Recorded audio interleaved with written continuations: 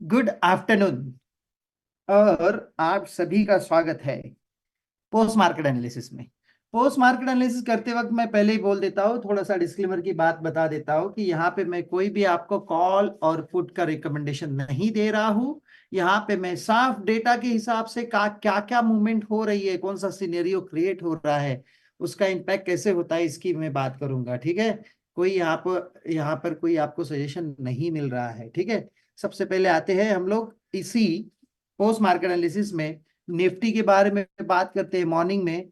और जैसे कि मैंने वीडियो नोट मॉर्निंग में जो डाला है, exact at it is copy किया है पूरा का पूरा, जैसे निफ्टी के बारे में हम लोग मॉर्निंग में बात कर रहे थे।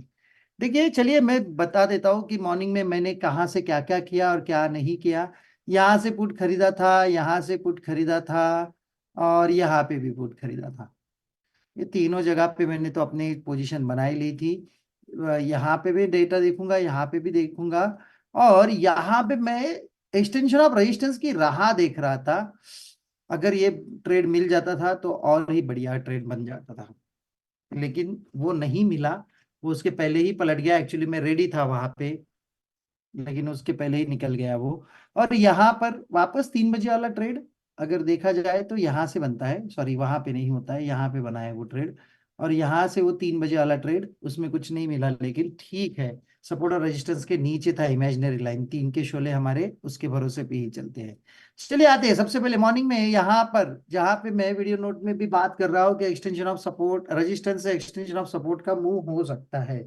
और वो बहुत ही फास्ट आया। जैसे आज पहले वीडियो नोट बनाई थी उसके अंदर आवाज नहीं आ रहा था, वही वीडियो नोट में ही बात चलते चलते ही ये मार्केट नीचे नीचे आना चालू हुआ है।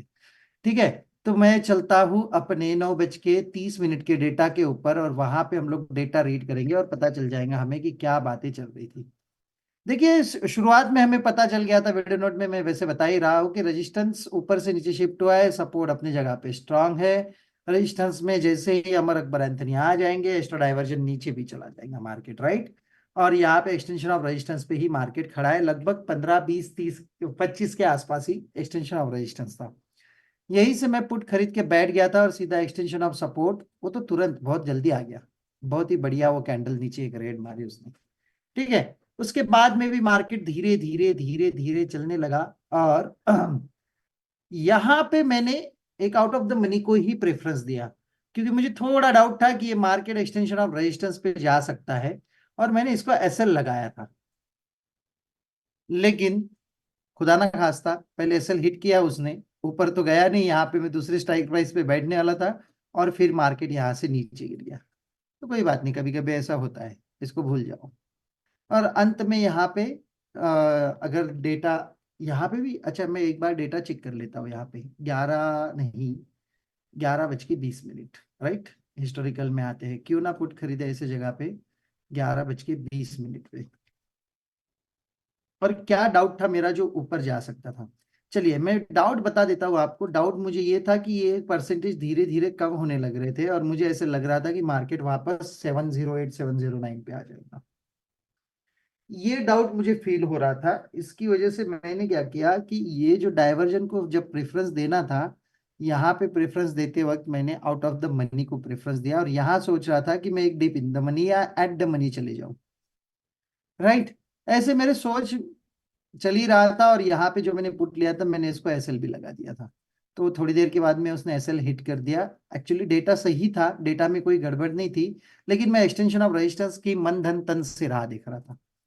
मुझे थोड़ा सा डाउट था कि वो आ सकता है, और वो आया भी। लगभग 10 पॉइंट ही बचा था, 699 98 तक आया भी है मार्केट। 10 पॉइंट पहले ऊपर आ जाता था तो अच्छा होता था, मुझे वो बढ़िया सा वो एंट्री मिल जाता था, बाकी कुछ नहीं। ठीक है, ऐसा होता है कभी कभी मार्केट में। और अंत में आते हैं 3 बजे के डेटा के अंदर। 3 बजे यहाँ पे बहुत ही एक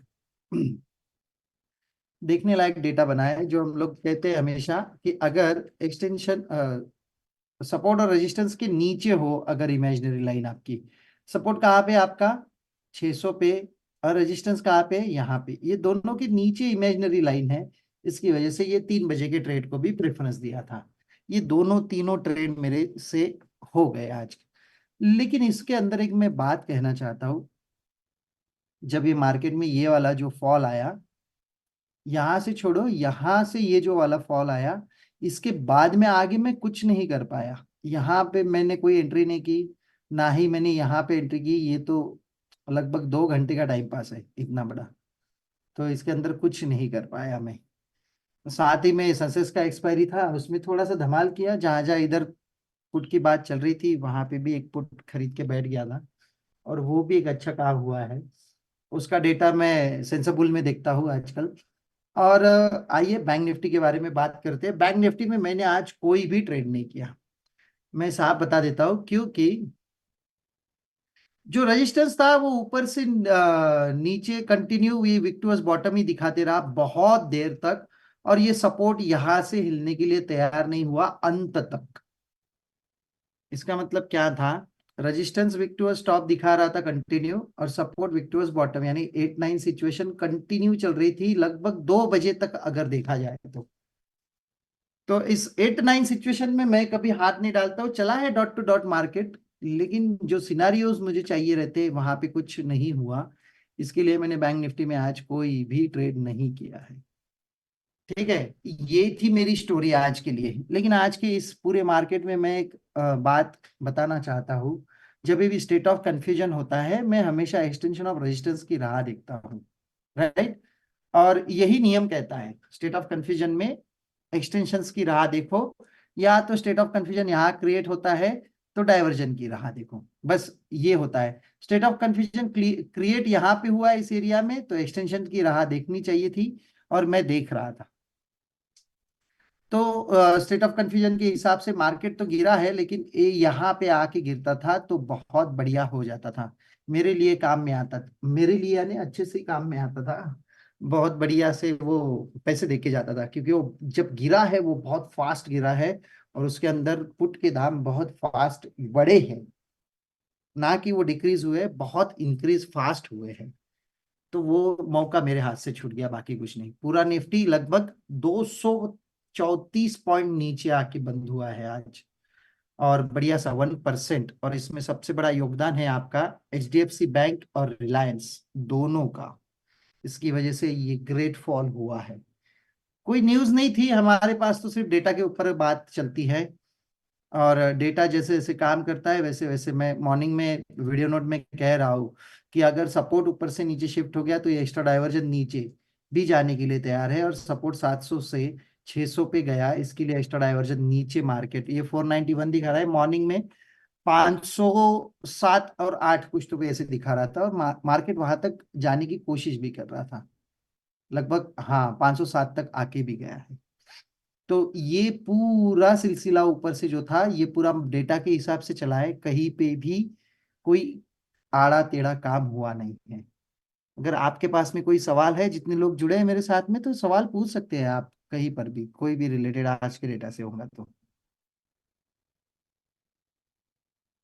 नहीं है कोई सवाल? चलिए फिर इस वीडियो को यहीं पे मैं रोक देता हूँ, और आप सभी को कहता हूँ कि कल सैटरडे है, और सैटरडे 11 बजे मेरा ये चलता है, बैक टेस्टिंग का एक सेशन चलता है। अगर आपकी इच्छा होगी उस बैक टेस्टिंग के अंदर ज्वाइन होने की, तो मैं डेटा को कैसे रीड करता हूँ इसके बारे में मैं एक छोटा सा वेबिनार जैसे काम होता है, बाकी कुछ नहीं। तो उसका लिंक मैं डिस्क्रिप्शन में डाल देता हूँ, अगर आप लोगों की इच्छा हो तो वहां पे आके मेरे साथ जुड़ जाइए, और डिस्क्रिप्शन में आपको लिंक मिल जाएगा थोड़ी देर के बाद में। ओके, ठीक है। तो आज के लिए इतना ही, बढ़ते आगे और मिलते हैं कल सुबह 11 बजे मॉर्निंग में। उसमें बात चलेंगी हमारे हिस्टोरिकल डेटाज में, या बहुत सारे लोगों के कोई सवाल जवाब होते हैं ओवर द वीक, जो भी कुछ होता है उससे भी रिलेटेड हम लोग वहां पे बात करते हैं। अगर आपके मन में भी कोई सवाल है रिलेटेड टू डेटा, या तो फिर इस हफ्ते में जो कुछ डेटा के अंदर गड़बड़ी हुई है, या कहीं पे आप फंस गए हो, आपको नहीं समझ में आया, ऐसे कोई भी सवाल लेके आप आइए वहां पे, और मिलते हैं कल मॉर्निंग में। अभी तक के लिए इतना ही। Thank you so much.